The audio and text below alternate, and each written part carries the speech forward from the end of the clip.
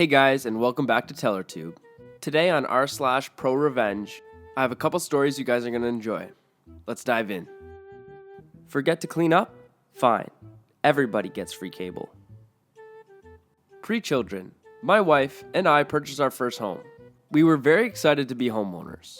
We were particularly proud to show off all of our gardening and yard skills we have developed over the years of childhood chores. Don't tell mom, but who knew that seemingly punishment of yard work would actually translate to adulthood? We are off to a great start, with a meticulous yard spending way too much time and money. On my small suburban lot is the utility box for one of the two cable choices in the neighborhood. Just to clear things up, EE stands for Evil Empire. Along the Evil Empire Corp, you know the one who Forbes always lists as one of the worst companies in the country. I come home from work one day and notice that the utility box is open and the cables are fleeted all over. I did not think too much of it at the time and made a mental note assuming they were on a break. The next day, I come home from work and the utility box is still a mess. I called the Evil Empire Cable Company to kindly let them know that they have left a mess in my yard after a repair.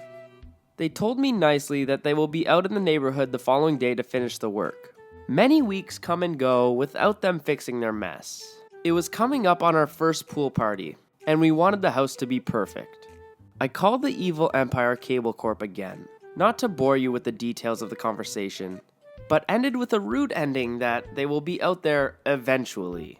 Now I'm seeing why nobody likes this Evil Empire Cable Company. At our first pre-child pool party, maybe after a margarita or four, we start aimlessly discussing the Evil Empire Cable Corp. Now, we are a bunch of engineers and a truck driver, important later, drinking margaritas. The discussion turned from complaining to scheming.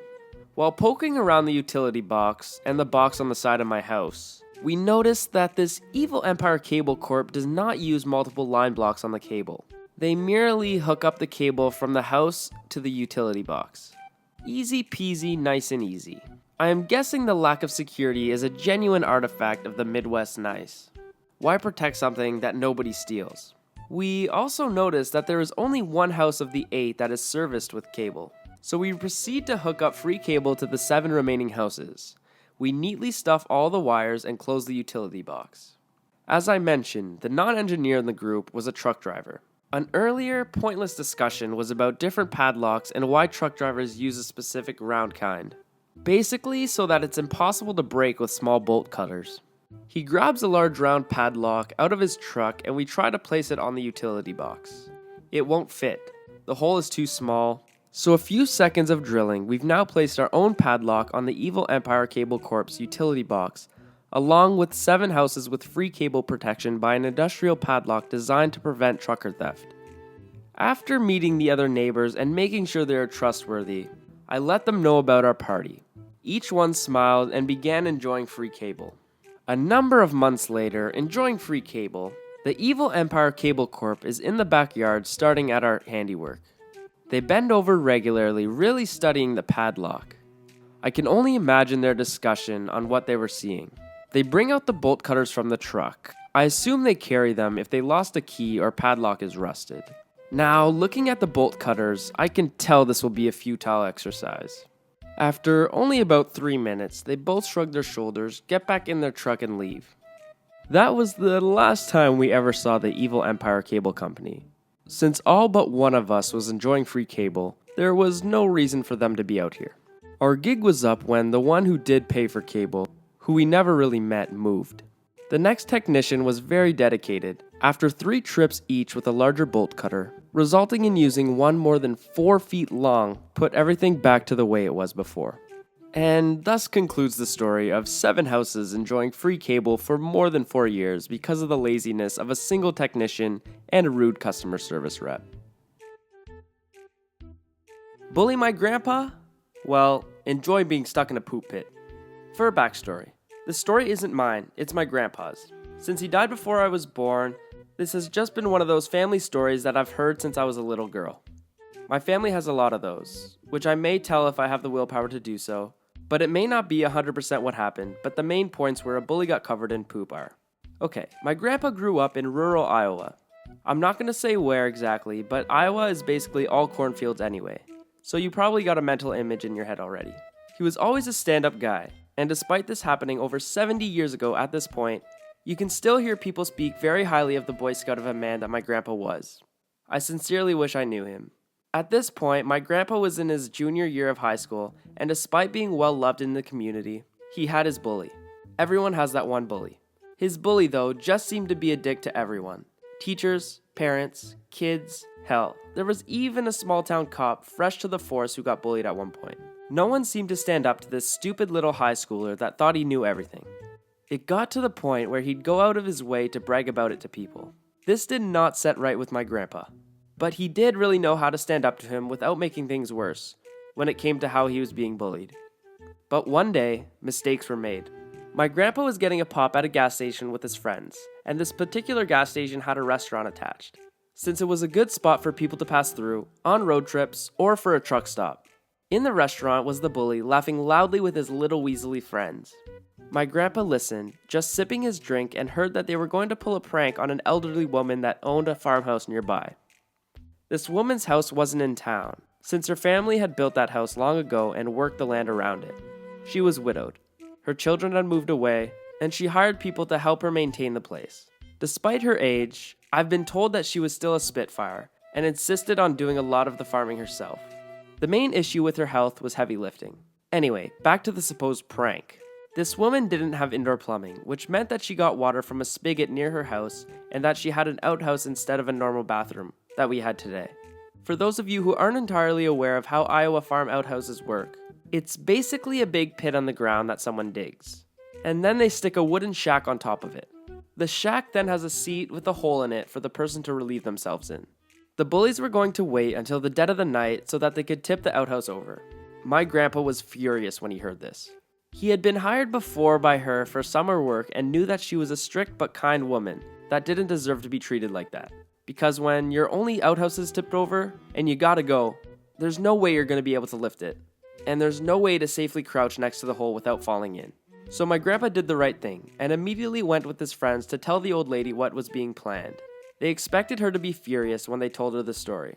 But instead, she sipped her coffee and gave me a chilling smile. "Let them," she said, "but we'll have a surprise for them." And she let them in on a plan to make sure that things wouldn't go as far as the bullies had planned. That night, my grandpa and his friends, telling their parents that they were at one another's houses to hang out, all gathered at the old woman's house. Munching on some cookies and pumpkin bread, my grandpa got the recipe off her, and it's an amazing recipe that my family uses to this day, and waited. At around 11 o'clock, they heard disgusting screams from the direction of the outhouse. You see, the way that the yard was set up was so that there was only one way to get into the yard and still have enough room to take a running start to tip the outhouse over. My grandpa and his friends didn't tip the outhouse over, but they did move it over about 5 feet, and lightly covered the now exposed hole in excess corn stalks from the harvest. The screams were from my grandpa's bully being waist deep in human excrement. The bully's friends were frozen in place by the gate they came in, and the old woman immediately turned on the lights and started yelling that if they didn't get off her property that minute, that she was going to call the police. My grandpa and his friends waited inside and heard the whole thing, laughing when they heard the pitiful cries from the poop pit and the running of the feet from the co-conspirators. Wouldn't you know it, he couldn't get out himself, and since he wasn't getting off her property, she called the police. My grandpa and his friends watched from a window as the poop fiend was dragged out of his rancid prison and made to go to the police station to explain just what he was doing. He wasn't an adult, so he wasn't charged, from what I was told. But word got out around school, and his last 2 years of high school were absolute shite. No one knew it was Grandpa, and the old lady never told a soul.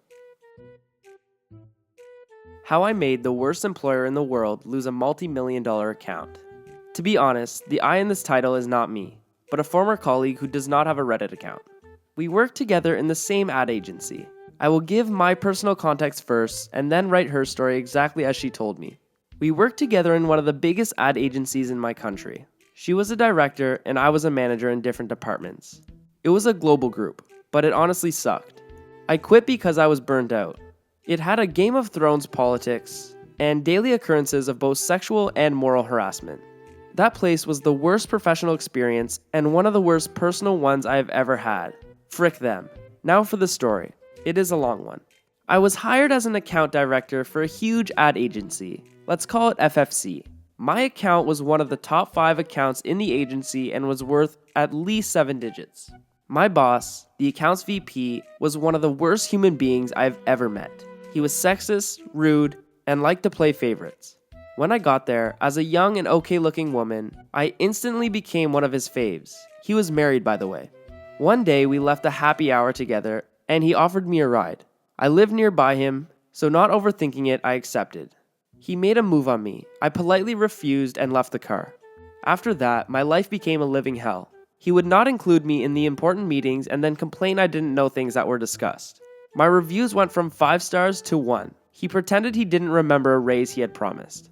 He would talk with my team and ignore me. The work, which was already hard, I worked 80 hours a week, became unbearable. I almost quit.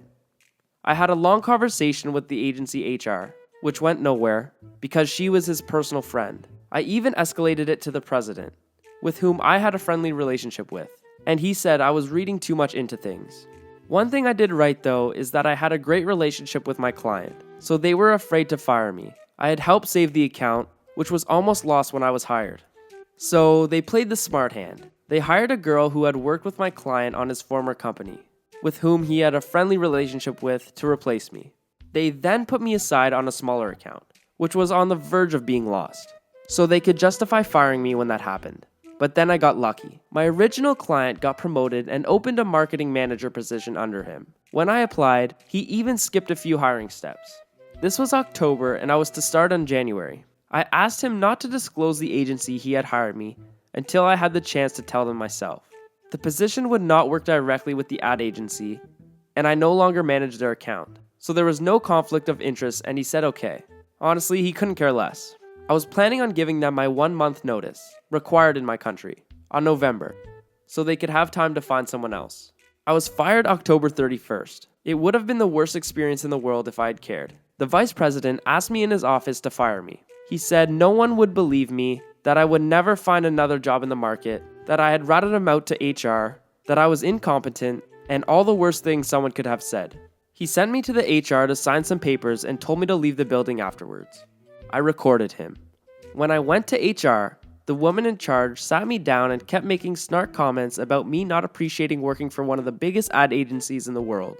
That I could have been great. It was surreal. Being fired in my country grants people a fair amount of money. I would have received around 5-month pay per the law. She wanted me to sign papers accepting that. I said no and played her the recording from the vice president. She went pale because she knew that was a lawsuit, and also that the global team would not like it at all. I left that day and I said that I would contact them through my lawyer. Never said anything about my job lined up.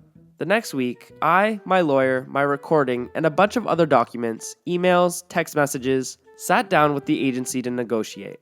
I ended up with over 15 months' pay. Both parts signed an NDA, which included me saying I had quit.